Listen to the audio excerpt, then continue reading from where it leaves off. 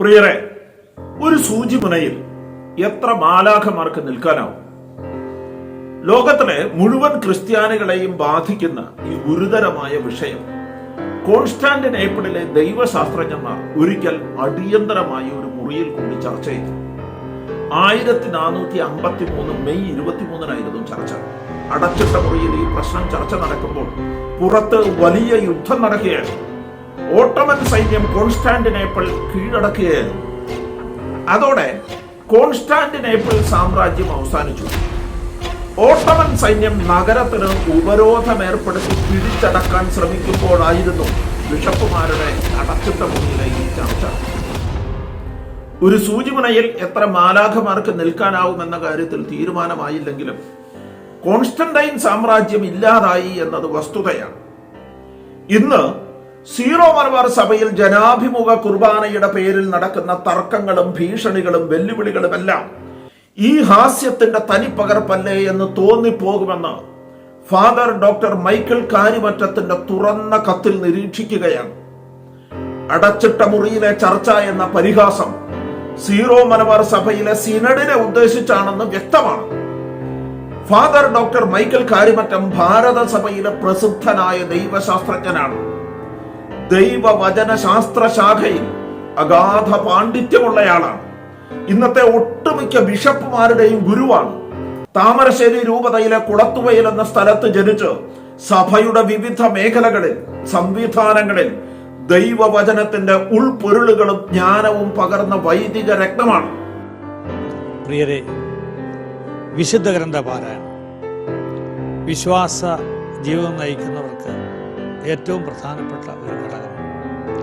പലപ്പോഴും അതിൻ്റെ അന്തരാർത്ഥം ഗ്രഹിക്കാൻ നമുക്ക് കഴിഞ്ഞുകൊള്ളണം എന്ന നിർബന്ധമില്ലാത്തതിനാൽ തിരുസഭ അത് ബോധ്യപ്പെടുത്താൻ നമുക്ക് ആവശ്യമായ ക്രമീകരണങ്ങൾ ചെയ്തിട്ടുണ്ട്.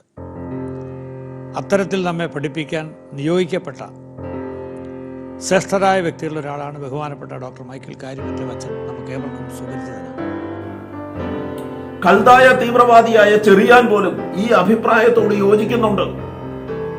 പുരോഹിത ദൗത്യവും പ്രവാചക ദൗത്യവും തമ്മിലുള്ള ബന്ധത്തെക്കുറിച്ച് കാണാമറയത്ത് എന്ന പേരിൽ ഒരു പരമ്പര തന്നെ നടത്തിയിട്ടുള്ള മഹാജ്ഞാനിയാണ് അദ്ദേഹം. പൗരോഹിത്യവും രാജ്യത്വവും കൂടി ഒരുമിച്ച് ചേരുകയും അത് ദൈവത്തിന്റെ ഹിതത്തിന് അനുയോജ്യമല്ലാതെ ജനങ്ങളെ ചൂഷണം ചെയ്യുന്നൊരു സാഹചര്യം ഉണ്ടായി. അപ്പോൾ പിന്നീട് പുരോഹിതന്മാർ രാജാവിനോട് ചേർന്ന് നിൽക്കുമ്പോൾ ഈ ദൈവത്തിൻ്റെ ഹിതമല്ല ഈ പുരോഹിതന്മാർ നിശ്ചയിക്കുന്നത്, ദൈവത്തിൻ്റെ വചനമല്ല പഠിപ്പിക്കുന്നത് എന്ന ബോധ്യം ജനത്തിന് നൽകുന്ന രീതിയിലാണ് പൗരോഹിത്യവും പ്രവാചകത്വവും തമ്മിലിടയുക. അവിടെയാണ് പൗരോഹിത്യവും പ്രവാചകത്വവും നമ്മൾ വഴിതിരിയുക. അവിടെ നമ്മൾ കുറച്ചുകൂടി വിശദമായിട്ട് പോകണം. ആരാണ് ഈ പ്രവാചകൻ, എന്താണ് ഇവർ ആവശ്യപ്പെടുന്നത്, എന്താണ് പൗരോഹിത്യത്തിനുണ്ടായ അപജയം, അത് കുറച്ചുകൂടി ആഴത്തിലേക്ക് നമ്മൾ പോകേണ്ടതുണ്ട്. പ്രവാചക ദൗത്യം എന്താണെന്ന തന്റെ ആഴമുള്ള ബോധ്യത്തിൽ നിന്നുകൊണ്ടാണ് കാരിമറ്റം അച്ഛന്റെ വിമർശനാത്മകവും ശക്തവുമായ ഈ കത്ത് പുറത്തു വന്നിരിക്കുന്നത്.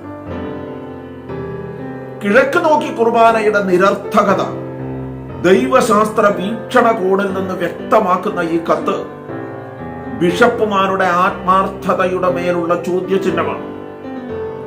അതിതീക്ഷ്ണമായ വിമർശനങ്ങളാണ് കാരിമറ്റം അച്ഛൻ ഉയർത്തുന്നത്.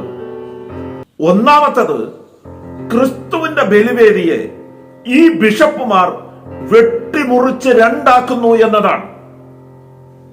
പാദം കഴുകലും വിടവാങ്ങൽ പ്രസംഗവും അപ്പം മുറിച്ച് പങ്കുവയ്ക്കലും എല്ലാം നടന്നത് ഒരേ വേദിയിൽ വെച്ചായിരുന്നു. സ്ഥലം മാറുന്നില്ല. ഈ വേദിയിൽ വെച്ച് തന്നെയാണ് 2 കൽപ്പനകളും നൽകിയത്.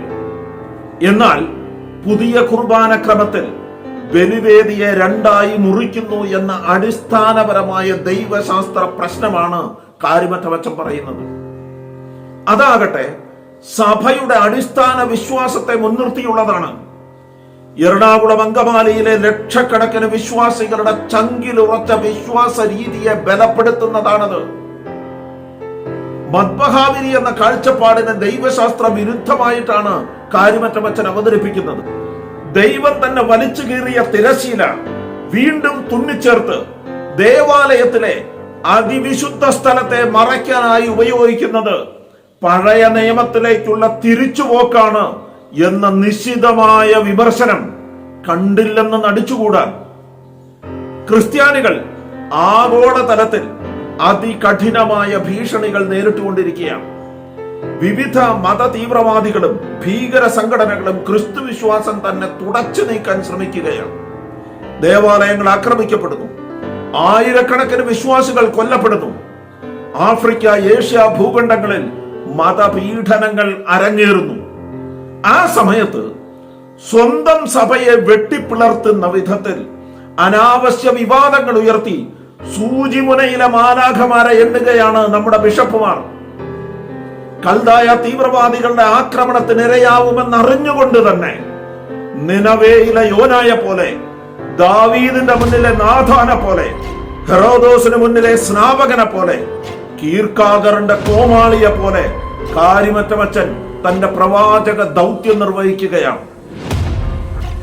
ഉള്ളിലൊളിപ്പിച്ച പ്രവാചക ദൗത്യം അഗ്നി പോലെ ആളിപ്പടരാൻ സമയമായിരിക്കുന്നു.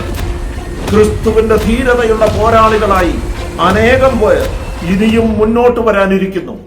സ്വന്തം കംഫർട്ട് സോണുകളുടെ പുറന്തോടുകൾ പൊട്ടിച്ച് എരിതിയിലേക്കും വറചട്ടിയിലേക്കും എറിയപ്പെട്ട ധീര രക്തസാക്ഷികളുടെ പാത പിന്തുടർന്ന് പ്രവാചക ദൗത്യം നിർവഹിക്കാനുള്ള ദൈവ വിളി ഏറ്റെടുക്കാൻ സമയമായിരിക്കുന്നു.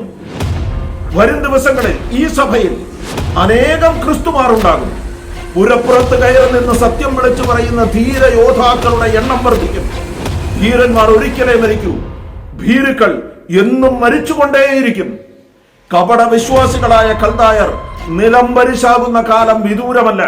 കാരണം ഇത് ക്രിസ്തുവിന്റെ സഭയാണ്. അത് കൽദായ ഫരിസയർക്ക് തീരെഴുതി നൽകിയിട്ടേയില്ല. ദൈവം തെരഞ്ഞെടുത്ത ജനതയാണിത്. അവർ സത്യത്തിന് വേണ്ടി സമരം ചെയ്യും. സത്യം വിജയിക്കും. ദൈവം വിളിച്ചു ചേർത്തവർ ഞങ്ങൾക്കൊപ്പം ചേരും. കാരണം ഞങ്ങൾ ഒറ്റയ്ക്കല്ല, ഒറ്റക്കെട്ടാണ്. നന്ദി.